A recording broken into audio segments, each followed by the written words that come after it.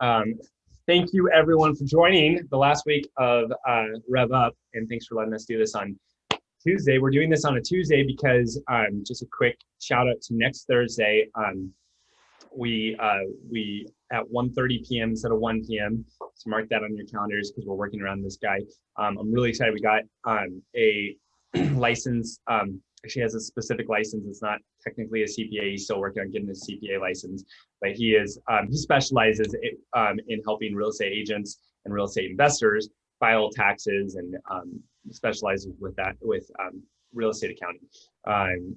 Anyways, he comes really highly recommended. And as many of you know, if you were to call up a CPA or an accountant and ask them a bunch of questions, they would charge you hundreds of dollars for their time. And he said he'll spend as long as we want. Like he won't leave until everybody else is gone, just answering questions. And he has some other stuff, but this is really a huge value. Like he's being very, very generous with his time. He's not asking for anything in return. Maybe if anyone is looking for a CPA or someone to help with their taxes, maybe consider hiring him. But that's it's a really, really an awesome thing that he's doing. So that's Thursday at 1:30 p.m. Thursday the 28th. So that's why we're doing this final rev up today on a Tuesday.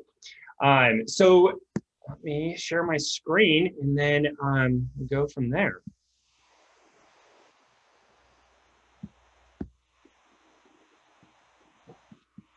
Okay, can you guys see my screen? Yep. Yeah. And also, thank you everyone for being flexible with me the past few weeks. I'm so happy to be back from COVID. Over the weekend, I just 180 got better, which was so nice. So anyways, thank you everybody. I'm very happy to be back. I'm pretty sure I'm the reason you got better because I lit a little candle and said a little prayer like every night. Wow. I didn't tell you, but I cried 2 times because I was so worried about you. Oh. Robin, you're something else. My mom had COVID a few months ago and I didn't do that for her. It's probably because you're the most energetic person I know.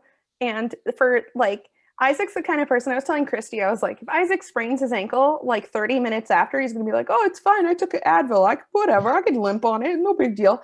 And I was like, hey man, how are you feeling? And he's like, I'm not doing so hot. And I'm like, oh, fuck, he's dying.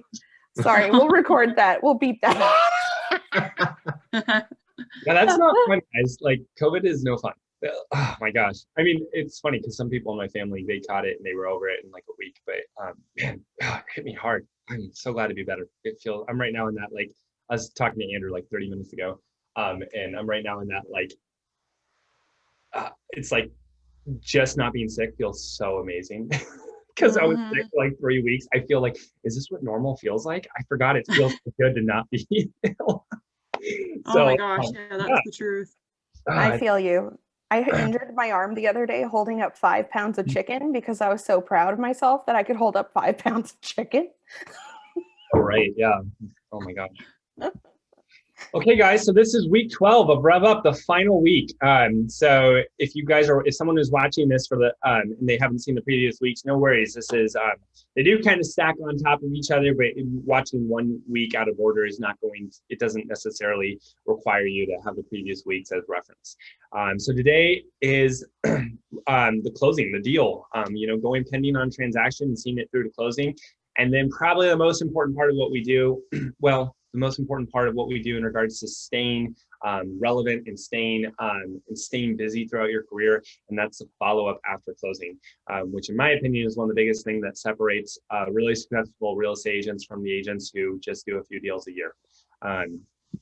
So let's jump right in. The learning objectives for today: how to order a property profile from a title company, how a property profile differs from preliminary title report, when a preliminary title report is ordered, how to read and understand a closing disclosure, when to open escrow. What time is of the essence means, how to navigate the pending path successfully, typical due diligence types, timeframes, and contingency removals, who assists with the pending path items, communication and follow-up / lead follow-up, and creating clients for life. As always, we start off our RevUP classes with an affirmation. Today's affirmation is, I know my strengths and what my revenue producing activities are. I love delegating the busy work to those who are better at it than I am. Doesn't say that, but that is what it means. What a typo there. Okay, closing the sale. We'll jump right in. So many of you guys know Andrew Helgeson with Fidelity Title. Andrew agreed to join our meeting today and kind of help me with the title portion. A lot of this, you may already know, but it's best to hear it, directly from the title expert.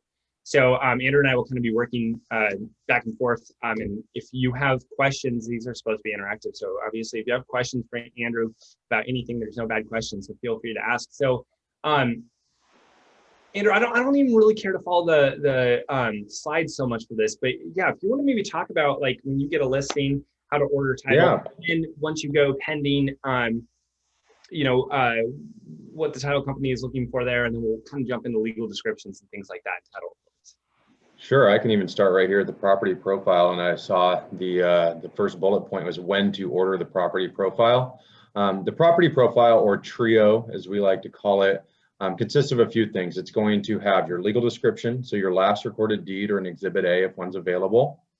It's going to have the property profile itself, which tells you information about the property, lot size, building size, bedrooms, bathrooms, and it's going to have a plat map. Now, when to order that, it's a free product from a title company. We ask that you sign a limited liability agreement if that just simply says it's not an insured product. If you're only ordering a property profile, you just have to do that one time and we keep it on file. But the property profile order as soon as you're talking to a seller. That way that when you have that, you know that you're talking to the right seller. I'm working with a client right now that's brand new to the business. It's actually an assignment client. And so they're going out and chasing kind of the dirty deals a lot of times. And one of the issues they kept running into was they were talking to a wife or a husband or a single person and didn't realize that on the property profile, it named two people. Many times there was someone who had passed away or there was a divorce. And it's so important to make sure that when you start that process with a seller, that you are talking to all of the sellers. So if you get a lead on something, you get a lead on a listing, a lead on a seller, talk to anybody, I would order that property profile right away. And check it over, make sure things look right. Worst thing you can do is waste your time when you might be in a situation where you can't sell the property or list the property or not going to end up working with the right sellers. And if it is the right seller and someone's passed away, you've got to know that too, because there's extra steps to take. This might be a tough question, but this came up the other day. Do you ask or advise agents to ask to see an ID when you're doing listing paperwork and having them sign? I would leave that up to the agent, but it sounds like a good idea. To me, it sounds like a great idea. I mean, obviously you don't want to offend them, but if you just say, hey, this policy, we're supposed to do this. I've never done it, for the record. I've never done that. Yeah. It makes total sense. I heard about the reason it came up. I was talking to an agent in Idaho who was saying he went all the way to closing and found out the person was totally lying. It was one of the guy's kids, and he said it was him.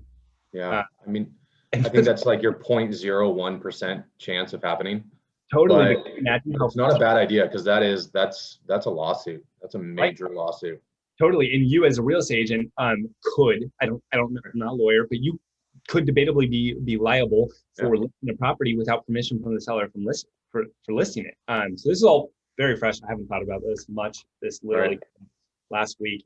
But it's interesting. I'll get back to everyone on that because I after thinking about it a lot, I'm debating making it a policy that like, hey, when you're signing paperwork or mainly just for listing, it's your time that's wasted with a buyer.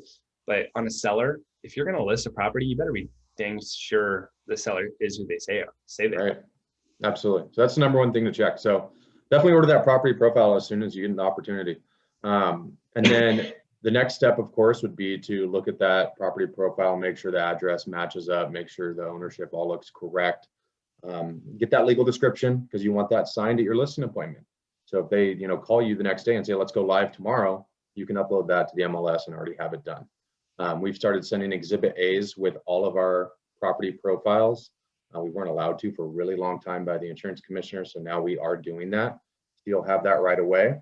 On the flip side, if you're working with a buyer and you don't have an Exhibit A, it's not uploaded in the MLS to download to write the contract, you can get that from us too. Another free product. So if you have a buyer contract or doing a for sale by owner, something like that, then you need that Exhibit A, just give us a shout as well.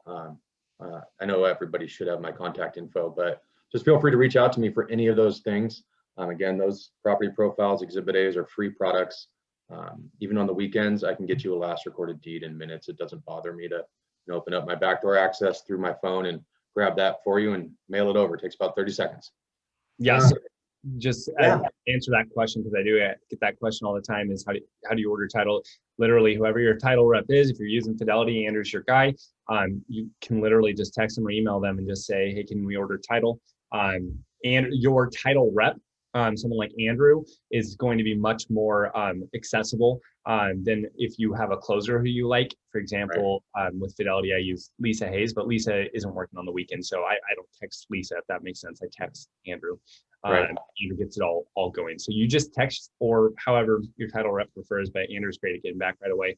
I also wanted to say regarding the Exhibit A, we're told that we should have like the Form 17 and the 22K and 22J, if applicable, and 22E all uploaded as supplements. The one thing that is required, you'll get fined by the MLS if it's not uploaded, is the legal Exhibit A. So that is one thing that, like Andrew said, you have to upload that. Technically, it doesn't have to be signed by the seller until mutual acceptance, but it doesn't hurt when you're signing the listing paperwork to have the seller sign the legal Exhibit A. And so point being, get that ordered right away, because that will literally delay you from listing, because you're not allowed to without that.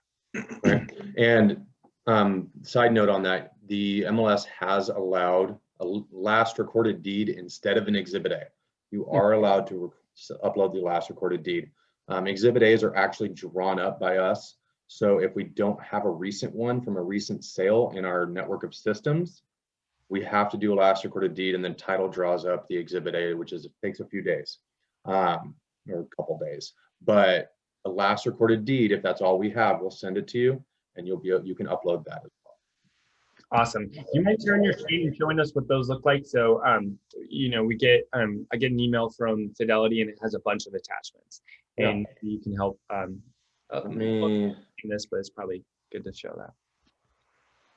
I'll stop sharing. Maybe that'll make it easier. Oh, perfect. And yep, I see your screen.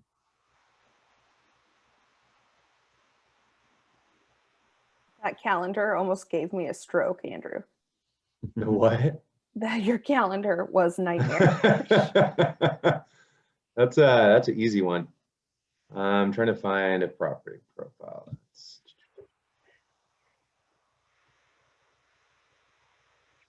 Here, let's just do this.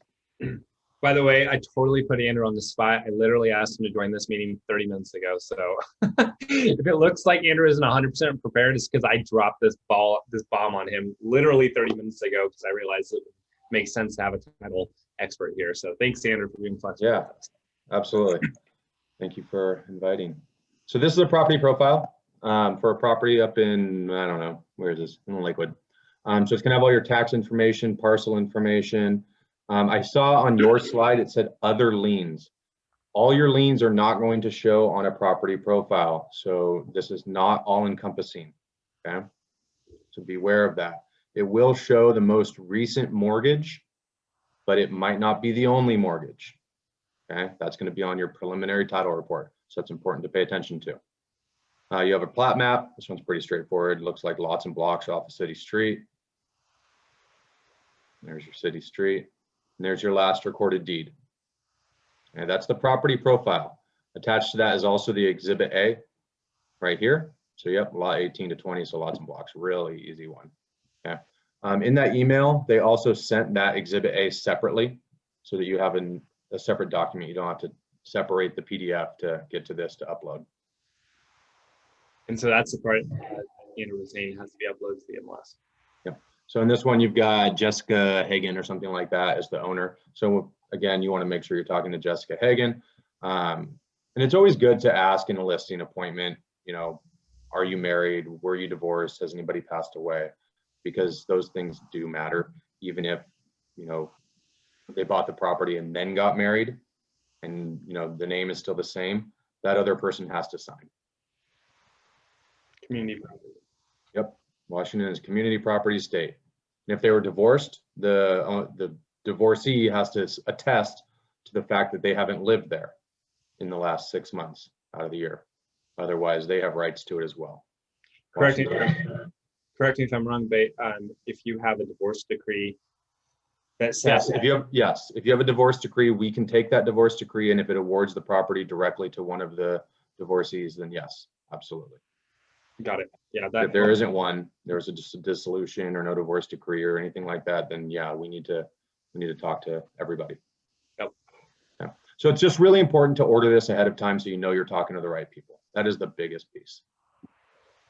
Yeah, and before I get that answer about the ID, I mean, it just doesn't hurt if here on forward, if you're at a listing appointment and they're signing, might as well get their ID. Double check that it matches the person on title. The odds of that happening are so slim, but it's like, why risk it? Honestly, I don't think it'd be an awkward question if somebody asked me that before I signed something. It's pretty common. If you're buying a car, they ask to see your ID. When you go to sign at closing, they're going to ask to see your ID. So when you're signing listing documents, why not ask for their ID? It makes sense to me, but yeah. Agreed. Cool. I don't know what your next slide is, where you want me to jump. I'll just go to my next slide right now and see. You want to jump right into the closing disclosure? So this is kind of going out of order because we're going to talk about. Does it have a sample one?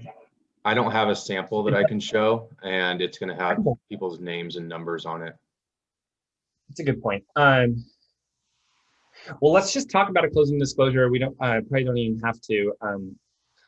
We probably don't even have to share it. If anybody hasn't seen a closing disclosure, I can show you one. But you're right, since this is being recorded and posted on YouTube, we probably shouldn't do that. But essentially, what a closing actually, Andrew, go ahead. Just if you want to explain what a disclosure is, and probably more importantly, when we get the closing disclosure from title, from escrow, a week or a few days before closing, what do you think an agent should be looking for in particular?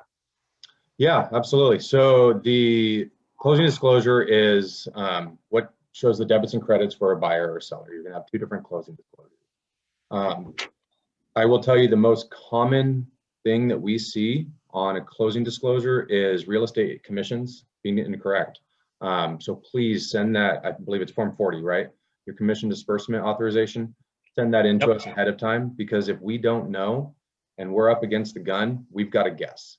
And that can be the worst thing ever, is if we guess wrong and go to a standard 3% and you are giving your seller credit or giving them a reduced commission, and we have to send that out and that shows a different number.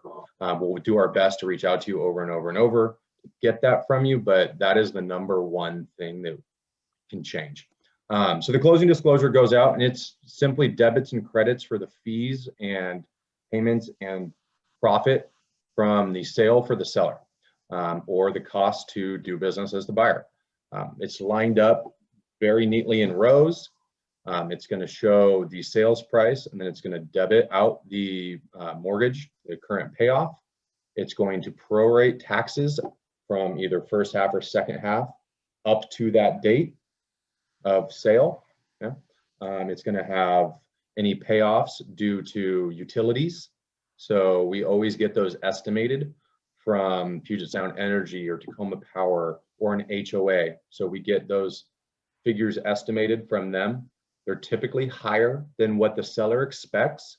So always be aware of that. For example, if someone's monthly bill is $200, they might get a $500 estimate from Tacoma Power. They're infamous for just throwing $500 out there all the time. Andrew, so there's a settlement statement now on the screen. I realized I just bought a home a few months ago, so I just added this one. This okay. Title, but I need to stop sharing. Oh, there we go. Yeah, this is the buyer side. Then we'll show the buyer side. Yeah, most of them will show buyer side and the seller side on the other side. But this is helpful just to see this. Okay. So yeah, and on the seller side, it's pretty straightforward. You're going to have a lot less information because you're not paying up front for anything. You're actually getting payoffs. And then you're going to have your real estate commissions for the seller, because that's typically who pays the real estate commissions. At the bottom, you'll have a net figure of what the seller is due. So it's almost the opposite of what we're looking at right here. Okay. Yep. They typically also go with the loan estimate for, we send them out at the same time. So you'll have your loan estimate and your closing disclosure a lot of times, and you can compare them side by side. So this is the buy. Any questions on the seller side? No, I would just say most of the things are going to be show, like if it shows a credit on the buyer side, it's probably going to show a debt to the seller. Like these taxes right here, it's saying that right, those were debts to me because the seller was ahead on taxes, so I had it was prorated back the taxes that I owed him. And so if you saw the seller side, it would show you over here, it would show you the seller got those amounts credited to them. So that's how it should flow seamlessly like that. Yep, absolutely. And the seller should have their closing disclosure usually a few days at least ahead of closing, the buyer as well. So you should have time to review these again, unless you're doing like a cash deal or up against the gun. So totally. Sometimes for a buyer, they will be out a little bit later. So on this one, you can see debits. The cost of doing business is actually the sale price of the property. The next line is your earnest money, and you have your loan amount, how much money the buyer is bringing in to close, and then the seller paid some closing costs on this one. Okay, so those are all credits, money towards the cost of the property. Isaac already ran through the taxes, so those are debits for him because he actually had to pay the taxes. Normally, the seller is going to pay because they're going to pay up to the date of closing, and the mortgage company is a little bit behind because they pay first and second half at that time. The seller, almost always, if the mortgage company is paying their taxes or their homeowner's insurance, they also get a refund from that company. So an escrow check. Okay. Processing and underwriting, appraisal fees, credit reports, flood certification, tax service, those are all lender costs. The prepaid interest is a lender cost. So those are all debits, they're costs of doing the loan.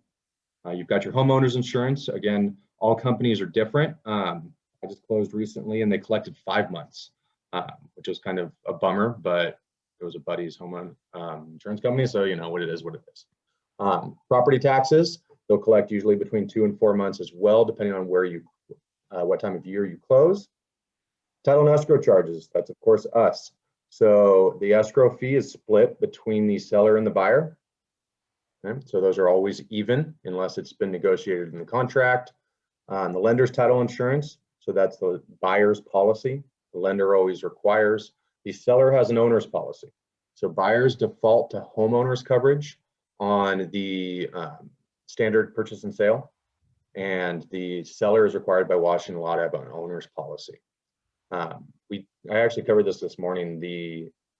It's nice that it defaults to a homeowner's insurance policy because it actually covers more than the standard policy if you're writing up a purchase and sale. Reporting fees to the county, a same-day funding charge. I'm sorry that you got charged that. I've never seen it. You shouldn't use Tycor on anything. I didn't choose it. I know you didn't. The buyer doesn't typically get to pick, right, Isaac?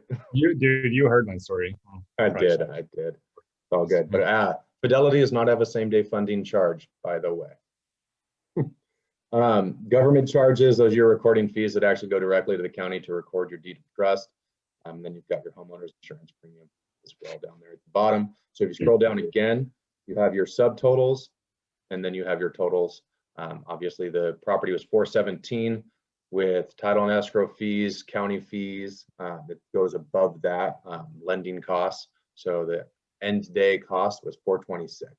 So you actually had a little extra cash to close, so there's money due back to Isaac.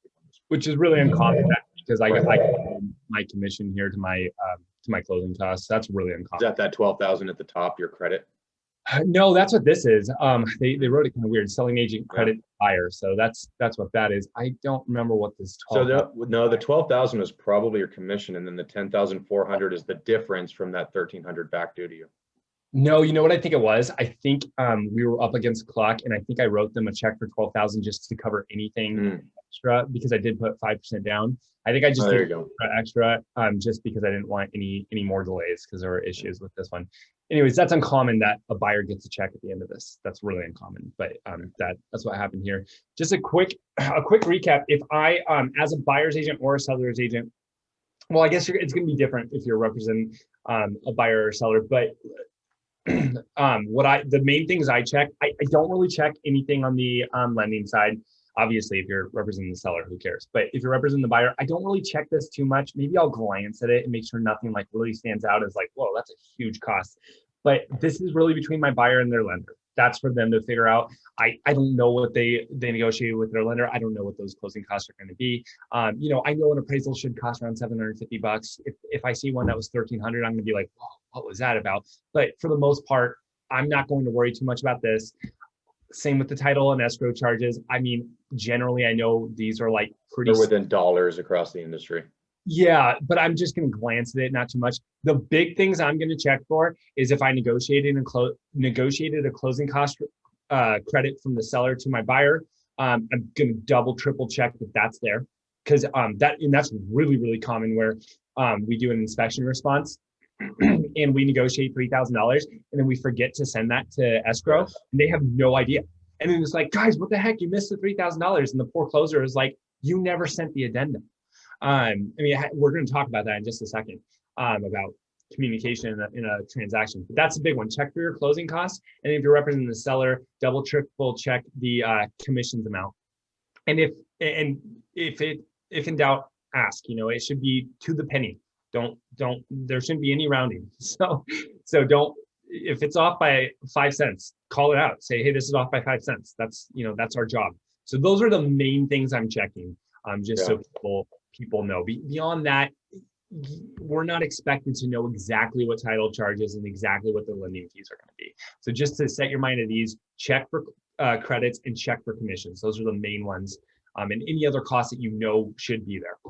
Yeah, credits is a huge one. Thank you for bringing that up. That does happen where there is, a trailing addendum that's never sent, or a price change on the actual sale price of the property. Always make sure that matches in case that changed as well. Totally. And I was also going to say, I've never actually seen someone escrow mess this up, but I also check to make sure the buyer's getting credited their earnest money deposit. I can't imagine how escrow would mess that up, but I guess one way that's loaded into the systems for, I think, every escrow company into the file. Yeah. Day one. Yeah. But I always check that one too. So anyways, just check the things you can check and that for sure. I generally trust the rest. And if there is a mistake on something like this, that's really a mistake by the escrow company, or lender not sending the right numbers to the escrow company. And that's not on me for missing that, because I don't know what the lender charges for a credit report. So how can I even check that? Does that make sense? So don't be overwhelmed when you're looking at this and think you have to know everything, but do check the numbers you can check. When in doubt, ask. Yeah, absolutely. Yeah, a good closer will not belittle you for asking a question that to them is obvious, right? Just like you wouldn't belittle a seller or a buyer for asking, what they think is a dumb question, and there's no dumb questions. They should answer anything like that. Yeah. I'm just reading my notes here to see if we miss anything there. I think that's pretty much everything on the title side. Did you want me to talk about title itself, the preliminary title? Yeah, go for it. Okay, or when to order it, since it follows the property profile? Yeah, anything you want to say. I mean, yeah, this is. I want to touch on those other liens issue. Yeah, go for it. Can I share my screen again? Absolutely. Is it preventing you because I'm sharing mine? No. Can you see it? No. I think you need to stop sharing. Okay, there we go. Good? Yep, now we can see it.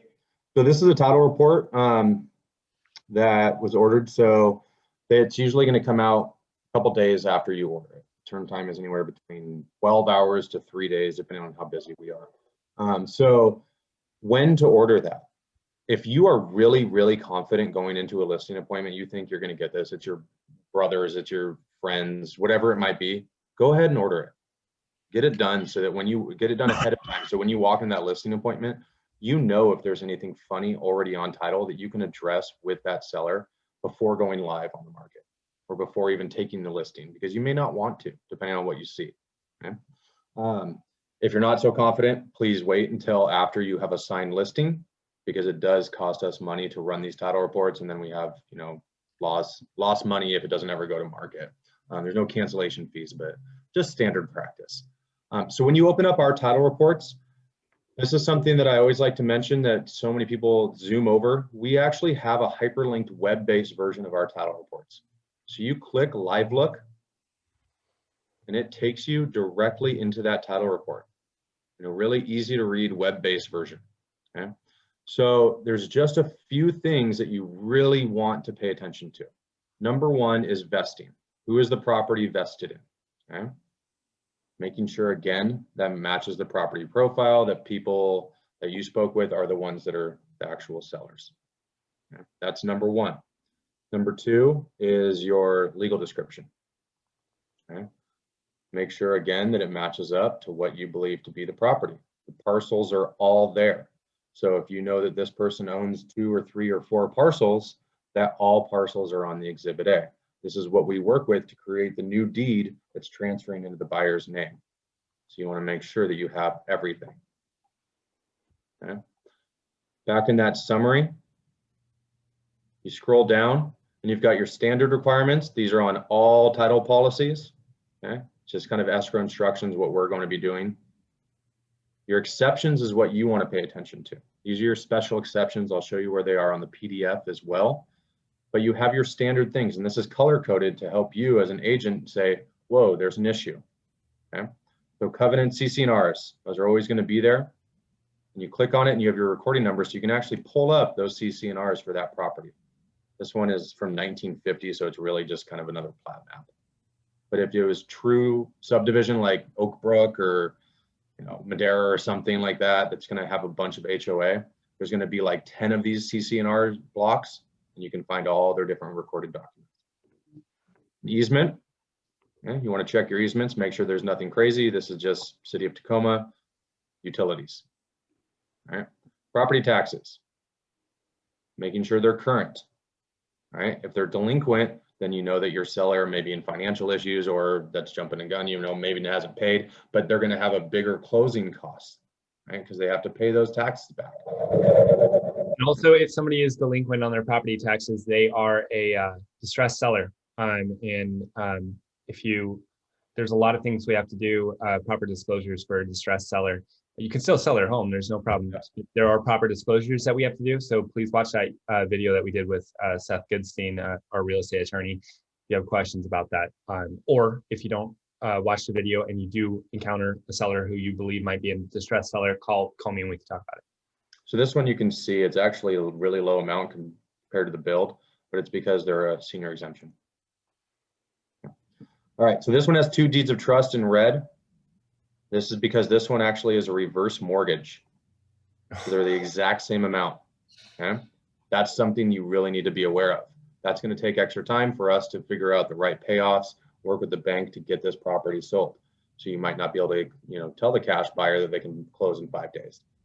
Okay. You're also not going to be able to close in 5 days because this one's pending probate. So someone's passed away. We're working with the probate attorney to get the official decree on who needs to sign to sell this property. So probate's a good thing. I always like to add this in. If you have a property, you're working with the seller and you're talking to Joe and Jane has passed away and they haven't done probate, but there's 7 children, probate is easy. I believe they do it online now.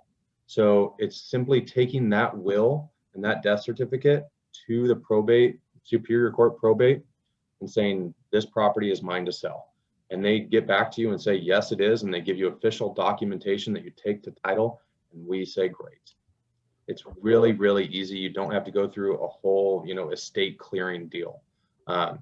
So lack of probates are the other option, but that usually requires every single heir to sign on the sale.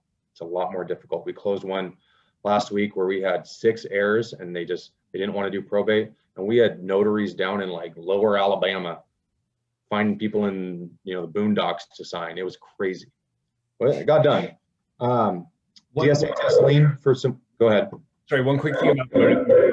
there are a lot of, like a distressed seller, there are a lot of hoops you have to jump through as a real estate agent when you are doing a probate sale. If you haven't done one, please just talk to me. We don't charge any extra. Just let me work with you on it and get you through it, because there are extra things that you have to do. And because you're dealing with so many different people, there's lots of tips and tricks that I have for doing it. But man, the first probate deal you do, you'll remember it. There's a lot to it, and unfortunately, we all get paid the same. You think we get paid more, but no. And honestly, with the market being this hot, I'm seeing a lot of probate and dead people on title. I mean, everybody is selling, their parents' estate or somebody, the properties they've held onto forever and uses rentals or whatever it might be, that are still in, parents' name. There's a lot of it going on right now. So be prepared for it. But again, there's no bad question. If you have a deal like that, call and just ask about it. We'll walk you through the whole process. We all get paid at the end of the day. We all get paid at closing. We all want to get to that, final goal line. DSHS lien, there's always going to be one when there's a person who's passed away. And then this one is taxes, any federal taxes or state taxes that are owed in arrears from that person who passed away. Pretty standard when there's someone who's passed away. Divorces are really similar as well.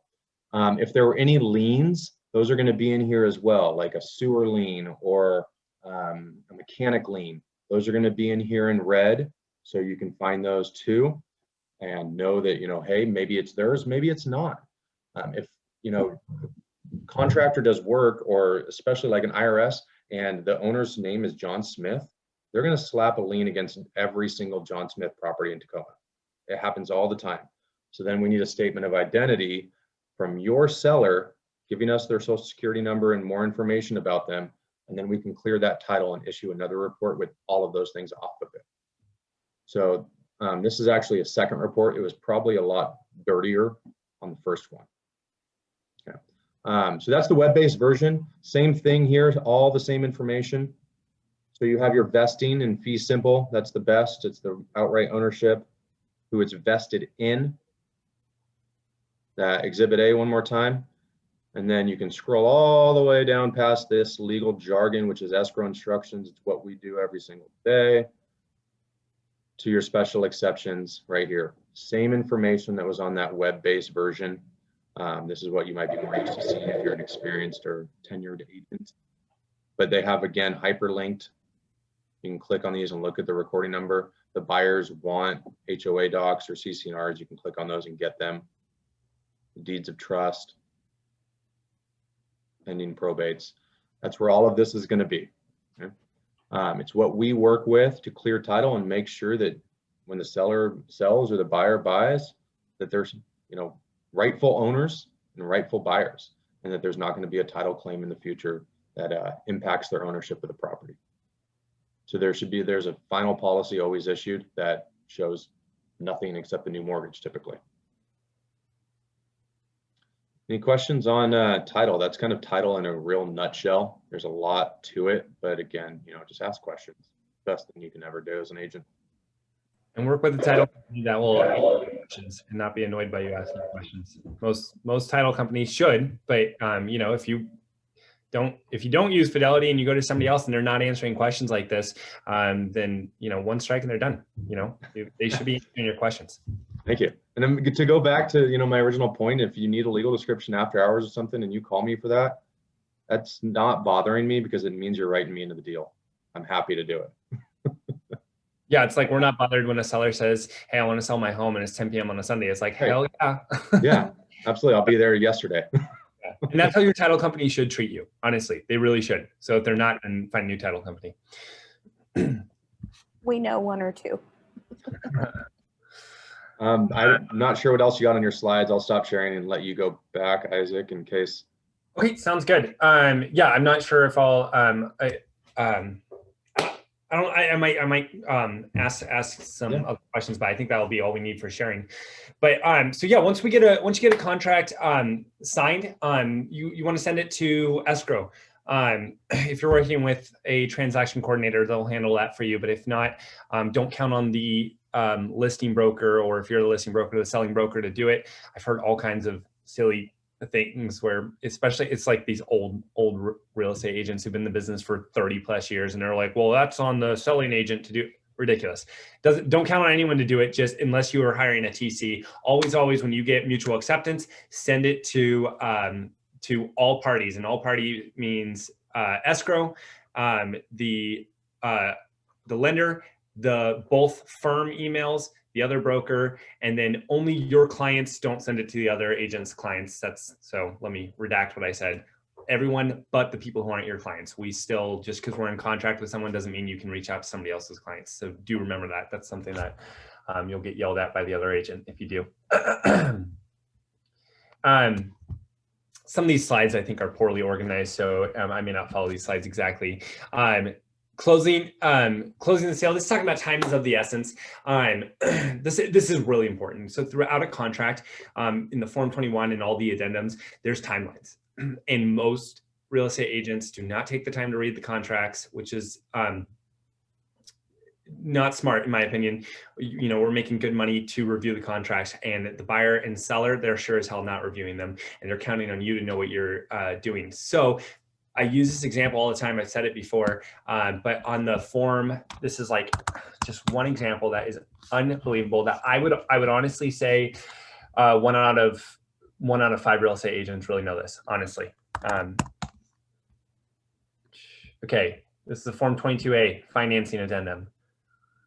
This first box here, this timeline here, this says, and I'm going to paraphrase, this says that you have 5 days that's left blank to provide a pre-approval letter for the specific property for your buyers.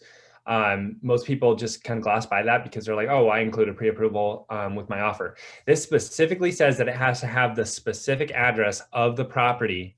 The pre-approval letter has to be specifically for that property with your buyer's names for it to count. And if you don't, your financing contingency is waived, meaning the appraisal comes in low or anything like that, gone. You lose your earnest money.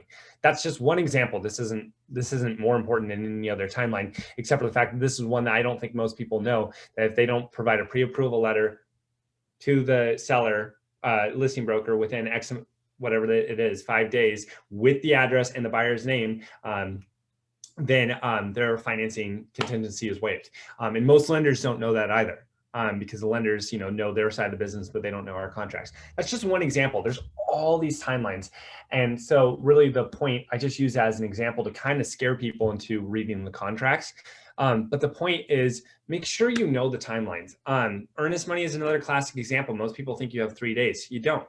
You have 2 days. The buyer has 2 days to deliver earnest money. If the buyer doesn't deliver it within 2 days, you as a real estate agent have 3 days to deliver their earnest money for them. So if your buyer delivers it on the 3rd day, earnest money was technically delivered late, meaning the seller can back out of the contract. Little things like that, that tells you that in the Form 21. But again, most people don't read it. And I'm sorry, now it sounds like I'm being harsh. I'm not trying to be harsh, but I am trying to point out that there's all these answers are all in the contract that we fill out and we send and we have people sign all the time. And most of us don't read through it and know all the answers. So just remember, time is of the essence, is just reminding you how important it is to know the timelines and to come up with a system that works for you. If you're not hiring a transaction coordinator to help you stay accountable on your timelines, have a calendar that you're really checking and have reminders on your phone and have a whiteboard, whatever you need, but just timelines are so important. And don't count on other people following the timelines for you. Because escrow or in your lender, they're not going to remind you when your inspection responses do. They've got too many deals going on. But you know who might? Sarah Brandon, transaction coordinator. Yeah, if you are busy and you find that you're having trouble missing timelines, it's a no-brainer to hire a transaction coordinator. I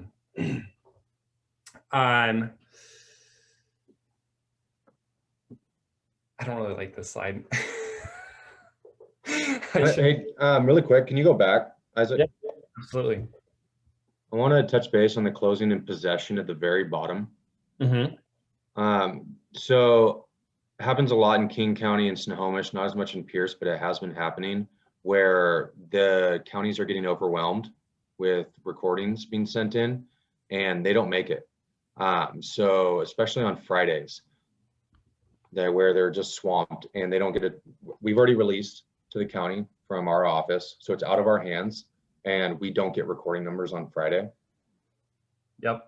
the contract from the MLS states closing happens when there's recording numbers. So you're technically not closed according to the contract.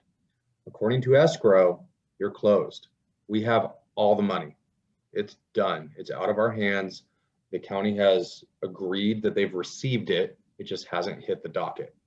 We have a short blurb, a legal jargon, as you may, that you can write into a Form 34 and get signed by all parties and consider the deal closed.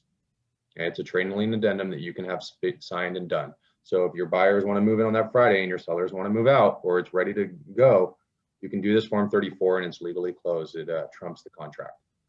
Isaac or Robin, I'll send that to you. Perfect. And we'll include that in the notes. Thank you for bringing that up. That is a really good point. I'm especially not, I haven't as much, but I've heard this is much more common in King County right now.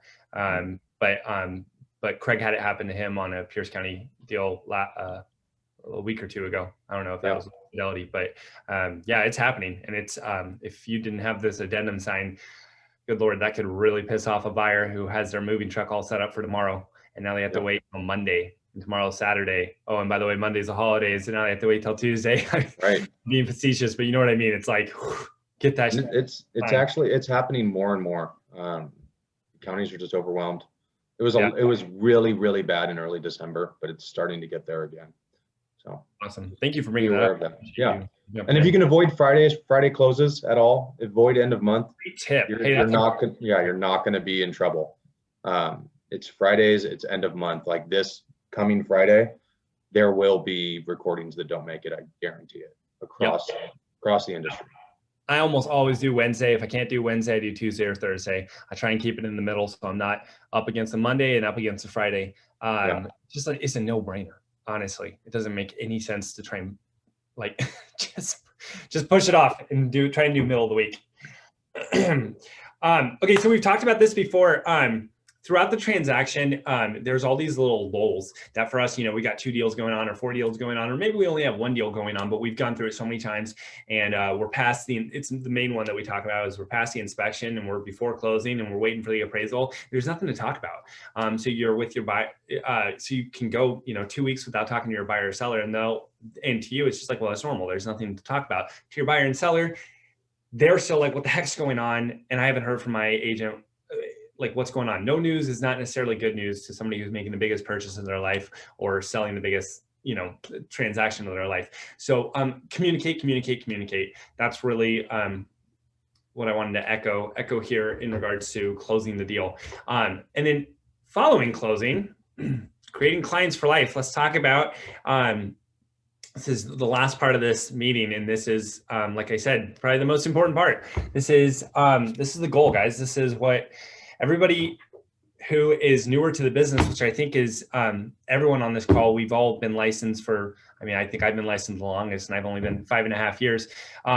What's all of our goals? None of us likes cold calling. None of us loves doing open houses. None of us likes door knocking or anything like that. Our goal is to be like these agents we hear about who all they do is repeat and referral, right? They get referrals from people who they've helped before, and those people sell their homes and buy new homes, and their kids grow up and they buy homes. And that's the dream, man.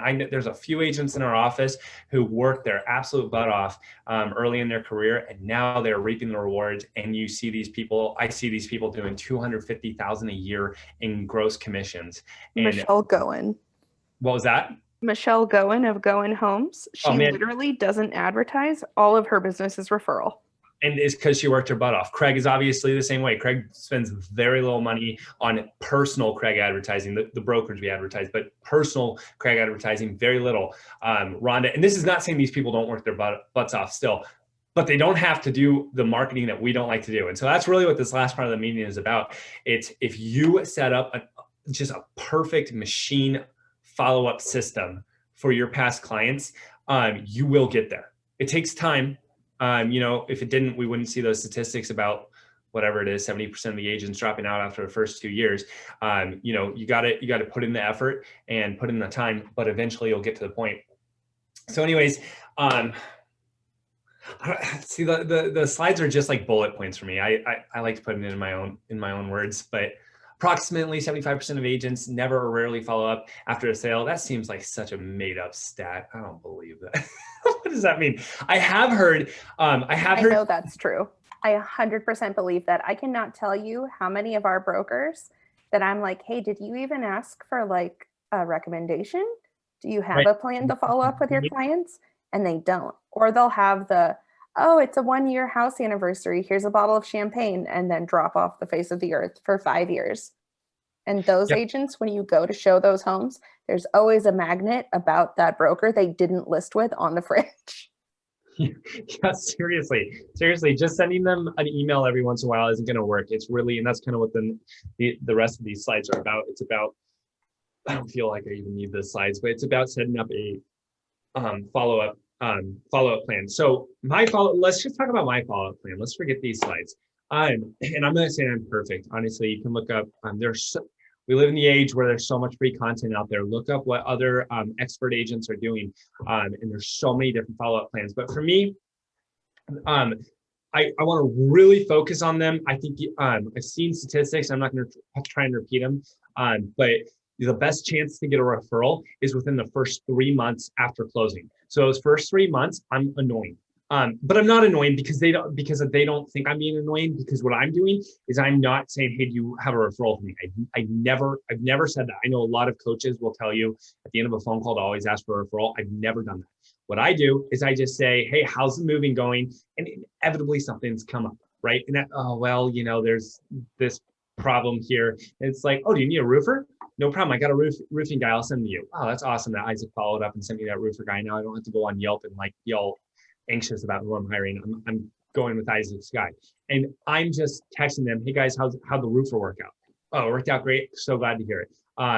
Hey guys, remember just wanted to resend you the home warranty that I bought you. Just a reminder, if there's any problems with your home, call the home warranty company first and see if they'll pay for it. Just little things like that. It's just staying in touch. So the first 3 months, I have reminders in my calendar to contact them every other week, literally every other week. That's what I do the first 3 months. After that, I tone it down a little bit. Also, I'm going to say, don't skimp on the gift. Like, I mean, you don't have to get them something crazy, but don't get them a $25 Starbucks card. You just made, $6,000, $7,000, $8,000 minimum, probably a lot more. Like, get them something that's going to blow them away. And this is something that I've gone back and forth on gifts my whole career, especially with Craig. Craig and I have always tried to dial it in. What I found in the past year has really blown people away. If you're not a Robin, I mean, I just saw what Robin gave to somebody, and it was like the most thoughtful freaking gift ever. She was like, I got him this because they mentioned this on this day, and they got him this because they mentioned this on this day. Okay, I'm not like that. I'm not thoughtful. If you're not like that, I like to get people things that are super cool, but they may not get for themselves. Examples: Ring doorbell, Roombas. Oh my gosh, I've got that for 3 clients last year. They were seriously like, dude, I never would have got this for myself. This is an amazing gift. All 3 of them. And it's like, that's a big gift. That's $450. But it's like it blew them away. And one of them gave me a referral within a week, which he may have given me either way. But it's like the easiest marketing. Every time it pops out of the wall and starts vacuuming, they think of you. Exactly. Those are 2 things that I thought of. Actually, I didn't. Everything I say is not original. I heard this from other people and I'm like, oh, great idea. But think about that way. Think about what would blow me away if somebody gave me this. Like, I think those are 2 great ideas I heard from people that it's like most people aren't going to buy themselves a Ring doorbell, but if you buy it, they appreciate the hell out of it and they use it every single day. So just something to think about. Something I really like that I was thinking about the other day that nobody does. I don't understand, like, there's so many dog people in Tacoma, like Pierce County. People are wild about their pets. If you just help someone close a home, buy them a new pet collar with the updated address on it. Great idea. Nice. It's a good one. People love when you care about things $15. they care about, even if you don't. It's the thought. Yeah. It's the thought that counts so much. I really believe it. So last things I do after, again, the first 3 months, I'm going to talk to them twice a week, twice a month. So that's 6 times in their first 3 months. It doesn't always happen, but that's my goal. I see it on my phone, and I seriously tell my phone to remind me every other week to contact that person. And I just text them, how's everything going? If it starts to feel like they're not responding or something, I'm gonna back off. I can take a hint, but really want to hit them those first 3 months. After that, it's birthday. Major holidays, you can decide what that is. At least do Christmas and New Year's, or maybe Thanksgiving, but major holidays, and an anniversary. Those are the big ones. Major holidays, birthday, and anniversary. Anniversary is nice. People like to be reminded, oh, I've owned the home for 3 years, or I've owned the home for 1 year. It's something that nobody is keeping track of themselves. But when you remind them, it's just an excuse to say hi. And hopefully at that moment, they might be like, oh, it's so funny. I was just thinking about you and I didn't remember your phone number or something. And that's, oh man, it is so exciting. It really is. I use this example. It really is like fishing. I don't know if anyone fishes here, but it's like when you're just doing this tedious, like texting people and calling people and doing your follow-up, and you've been time blocked and you get nothing. And you get someone like that. Oh my gosh, that's so funny. You texted me. My mom actually was just talking about selling her home. It is like, man, talk about a dopamine rush. It is so freaking exciting. And I'm just saying, you're going to do this a lot and be like, Isaac's wrong. I'm not getting anything from this. I promise you it works. And it's happened. I've only been in the business 5 years, and it happens at least 4 times a year for me. And I probably have 50 deals under my belt. So it's not like you need a ton of deals to start really seeing these come in. I guarantee you I'm going to get 4 to 6 closings this year. And I'm part-time because I'm full-time managing the brokerage, but I'm gonna get 4 to 6 closings this year from past clients, either referrals or them buying or selling again. Guarantee it. And that's not cocky. I just know it because the numbers work. It happens. So that's really it, guys. I really encourage you. Yeah, this is their suggestion. I encourage you to do your own research and develop a plan for yourself. And when you do have that first closing, stick to it 100%. And don't be afraid to treat your people who aren't your past clients yet like they are your past clients. You're not going to get them a Roomba, but and you're not going to have an anniversary date. But you can still put them on. You can still follow up as if they're your past clients, right? So especially for newer agents who don't have those past clients yet, start practicing on people who are in that really close sphere of influence. It's not going to be weird to send those people Christmas cards and so on. So anything you want to add, Robin? No, my big thing is I'm a paper person. So at the end of the year, I go back through my paper calendar and see whose birthdays and carry them over to the next year. I think planning on doing something like that for your clients is a good thing too. So I've got the next 5 years in my iCalendar of my seller or my buyer's closing date saved. So I plan on visiting them at least once a year then. And then I have little notes about what they loved about the home. So they have blueberry bushes in the backyard. So I'm bringing over a pie pan in July. And then come Christmas, probably do some Star Wars stuff because they're really into that. Just like these little notes. I don't remember all this stuff about people. Honestly, I don't. I just take really explicit notes that help me stay on track. And those little things make it feel like we've been old friends forever. That's awesome. Yeah, that is crazy in an awesome way. And yeah, I mean, if you have Robin's dedication and thoughtfulness, those are great. Anything you can add like that is awesome. But if you're someone like me who's you feel like you have not too much, what's the saying, too much week and not enough time or whatever, it's there's just, if I try and do something perfect like that, it won't get done. But just don't. Perfect's the enemy of done is a dumb saying that Craig and I say a lot, but if nothing else, set some standard of follow-up, set some, I'm at least going to reach out to them, even if it was 4 times a year, great, at least stick to something and set up that plan. And then when you have that person to add to that plan, just do it, stick with it. And I guarantee you it'll pay off. So as always, we end Rev Up with the one habit. This is a suggestion of a one habit. I suggest developing one for yourself, but the idea is to make 3 calls, add 3 people to your database, and send out 6 handwritten notes each day. And if you do just this basic step every single day, the idea is the business will come. Andrew from Fidelity Title, thanks again for joining. Robin, Welcome. thank you, and Jada and Christy, and for everyone watching this.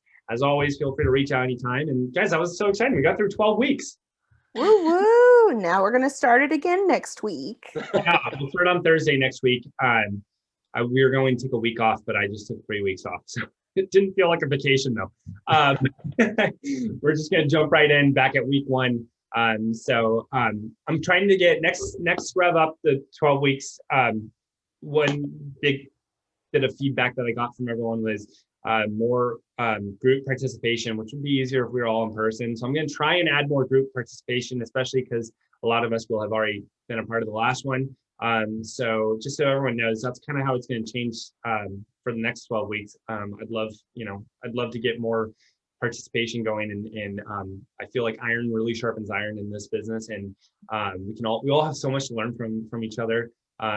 Even newer agents, you guys have figured out things that, like, I mean, Robin tells me things like, oh yeah, I tried this and I got this lead from this, and it's like things I never would have thought of. And I had my license. Well, Robin's been in the business for forever, even though she's newly licensed. So that's a bad example. But we all have so much to learn from each other. So I'm looking forward to this next 12 weeks having a little bit more group participation and all of us learning from each other. Are we allowed to retake it again? Oh my gosh, of course. Oh, okay. Yeah, no, of course. No, I'd love for you to join. You're doing such a great job on your social media and stuff. I'd love to be able to hear your thoughts on certain things. And either you've already surpassed people like me who hate social media, like far and away. Oh, thank you. I'm a big believer of collaboration too. Like if I figure something out, like I want to share it because I feel like we should all be successful. Totally. Well, I love that. Agreed. Awesome, guys. All right. Well, hopefully I'll see you guys at Thursday. Remember, it's 1:30 instead of 1 because that's the time that worked for this guy. Feel free, if you guys have any other real estate agents who aren't with Realty One Group who'd like to join, they're welcome to join if you want to share it with anybody. Or if I should have said this to you, Robin, including the email, maybe you can do this on the next one. If you have any investors, he works a lot with real estate investors too. That's actually how I found him. A real estate investor referred him to me. So if you have investors and you want to really impress your investor, say, hey, bring your questions and for free, come ask this guy who's going to be doing an office meeting for us. I think that'd be a huge service to be able to offer to your investors. So Yeah. So crazy. Isaac, I looked him up on LinkedIn. We have a mutual friend because they both went to West Point together. Oh, cool. Right? Awesome. I'm excited. That's awesome. All right, guys. Well, I'll see you all Thursday. Bye. Have a good day.